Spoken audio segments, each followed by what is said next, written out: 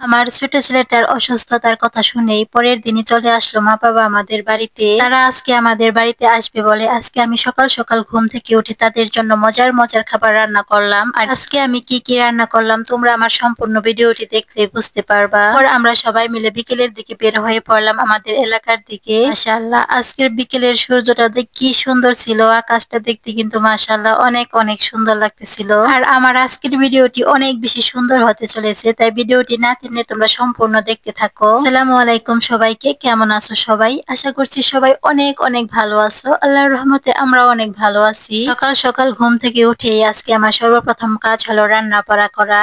আর রান্না বাড়া করার জন্য যা যা প্রয়োজন তা কিন্তু আমি আগে থেকে কেটে ধুয়ে পরিষ্কার করে রেখে দিছি। পর আমি চুলার মধ্যে একটি পাত্র বসিয়ে দিয়েছি, সেখানে প্রথমে দিয়ে দিলাম বেশ খানিক তেল। এরপর দিয়ে দিলাম জিরা। আর জিরাটা আমি আস্ত দিয়েছি কারণ আমার কাছে বাটা ছিল না। তারপর সেখানে আমি এলাচ, দারচিনি, তারপর পেঁয়াজ কুচি, কাঁচামরিচ কুচি সবকিছু দিয়ে ভালোভাবে নেড়ে চেড়ে হালকা করে ভেজে নিব।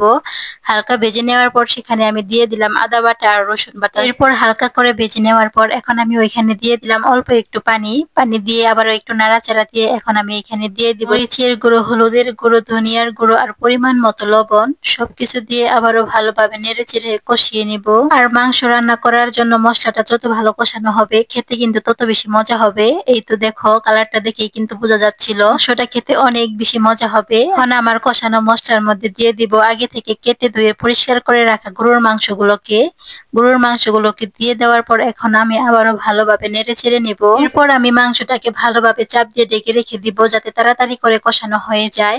আর আমি মাংস কষানোর জন্য আলাদাভাবে কিন্তু কোনো পানি দেই নাই, কারণ মাংস কষানোর সময় ওই কষা মাংস থেকে অনেক পানি উঠে আসে। আর ওই পানিটা দিয়েই কিন্তু মাংসটা অনেক ভালোভাবে কষানো হয়ে যায়। এই তো দেখো নাড়াচাড়া দিয়ে এখন আমি এখানে দিয়ে দিব আগে থেকে কেটে রাখা আলুগুলোকে।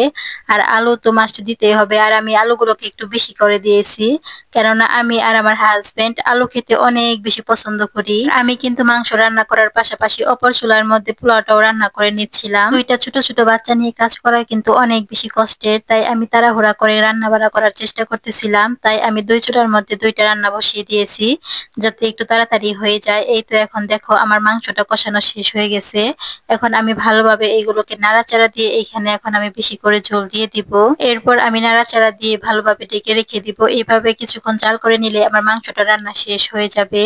আর এই পাশে দেখো আমার কিন্তু পোলাওটা রান্না শেষ হয়ে গেছে। আমি কিন্তু পোলাও মাংসের সাথে ইলিশ মাছও ভুনা করবো, তাই আমি ইলিশ মাছগুলোকে ভেজে নিচ্ছিলাম। আর এই তো দেখো আমার মাংসটাও রান্না শেষ হয়ে আসছে। মাশাআল্লাহ দেখতে কিন্তু অনেক বেশি সুন্দর লাগতেছে আর খেতেও কিন্তু অনেক মজা হয়েছিল।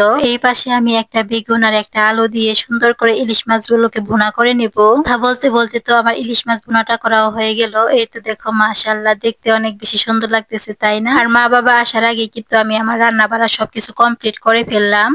এরপর আমরা রাস্তায় এসে অপেক্ষা করতেছিলাম যে দেখি মা বাবা আসে কিনা।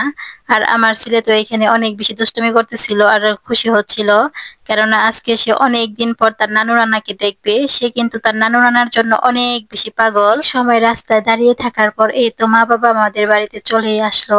আর তারা আসলে কিন্তু আমাদের জন্য অনেক অনেক জিনিস নিয়ে আসে। আজকে কিন্তু তারা আসার সময় আমাদের জন্য অনেক জিনিস নিয়ে আসছে। এই তো আমাদের গরুর খাঁটি টাটকা টাটকা দুধ, তারপর মোয়া, মিষ্টি সব অনেক কিছুই আনছে। আর এই সব কিছুই কিন্তু আমার বড় ছেলের অনেক পছন্দের। পর আমরা খাওয়া দাওয়া করে বিকেলের দিকে বের হই আমাদের এলাকাটা একটু ঘুরে দেখার জন্য।